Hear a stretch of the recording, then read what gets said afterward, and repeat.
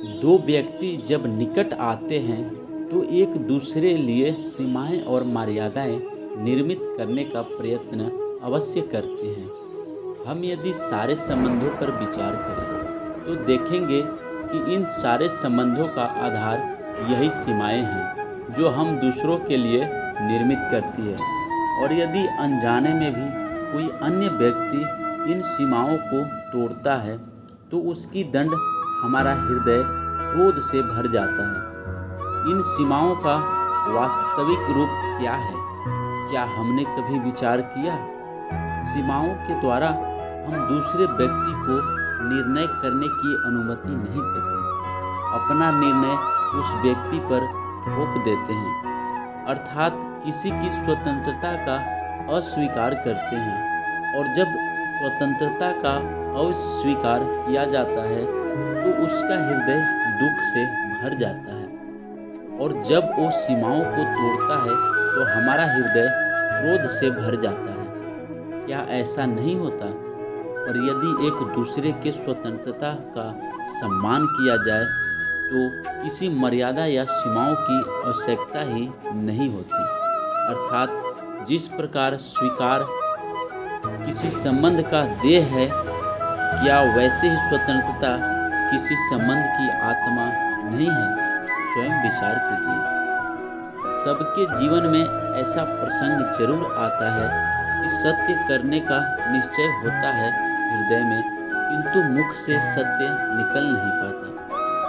कोई भय मन को घेर लेता है। किसी घटना अथवा प्रसंग के बारे में बात करना या फिर स्वयं से कुछ भूल हो जाए उसके बारे में कुछ बोलना, क्या ये सत्य है? नहीं, ये तो केवल तथ्य है। अर्थात जैसा हुआ था वैसा केवल बोल देना सामान्य सी बात है। किंतु कभी कभी उस तथ्य को बोलते हुए भी भय लगता है।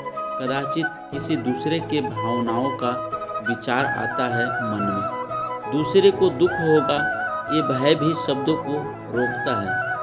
तो ये सत्य क्या है? क्या हमने कभी विचार किया है? जब भय रहते हुए भी कोई तथ्य बोलता है तो वो सत्य कहलाता है। वास्तव में सत्य कुछ और नहीं, केवल निर्भयता का दूसरा नाम है। पर निर्भय होने का कोई समय नहीं होता, क्योंकि निर्भयता आत्मा का स्वभाव है। अर्थात क्या प्रत्येक क्षण सत्य बोलने का क्षण नहीं होता? स्वयं विचार कीजिए। श्रेष्ठता का अर्थ क्या है? श्रेष्ठता का अर्थ दूसरों से अधिक ज्ञान प्राप्त करना। अर्थात मूल्य इस बात का नहीं कि स्वयं कितना ज्ञान प्राप्त किया, मूल्य इस बात का है कि प्राप्त किया हुआ ज्ञान अन्य लोगों से कितना अधिक है।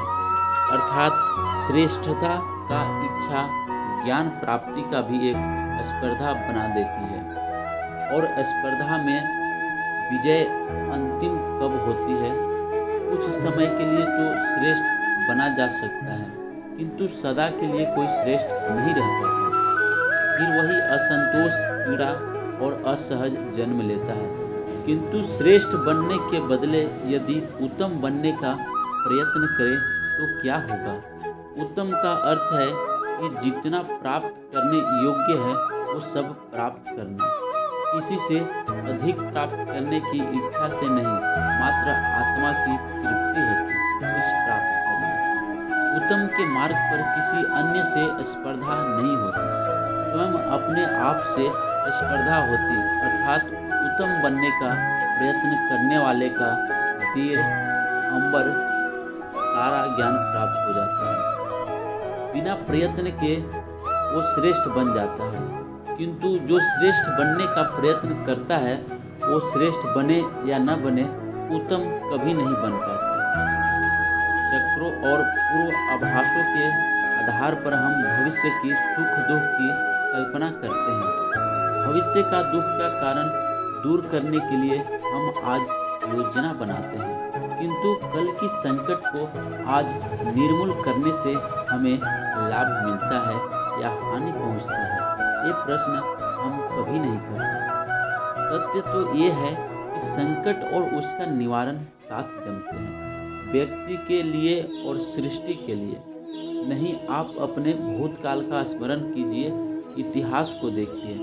आप तुरंत ही ये जान पाएंगे कि जब जब संकट आता है तब तब उसका निवारण करने वाली शक्ति भी जन्म लेती है। यही तो जगत का चलन है। वस्तुतः संकट ही शक्ति के जन्म का कारण है। प्रत्येक व्यक्ति जब संकट से निकलता है तो एक पग आगे बढ़ा होता है, अधिक चमकता है, आत्मविश्वास से अधिक भरा होता है, न केवल अपने लिए अपितु विश्व लिए भी। क्या ये सत्य नहीं है? वास्तव में संकट का जन्म ही है एक अवसर का जन्म, अपने आप को बदलने का, अपने विचारों को ऊंचाई पर करने का अवसर, अपनी आत्मा को बलवान और ज्ञान भी बढ़ाने का। जो एक कर पाता है उसे कोई संकट नहीं होता, परंतु जो ये नहीं कर पाता वो तो स्वयं ही संकट है विश्व के लिए। विचार कीजिए। धन्यवाद। इस वीडियो में इतना ही। मिलते हैं फिर अगला वीडियो में।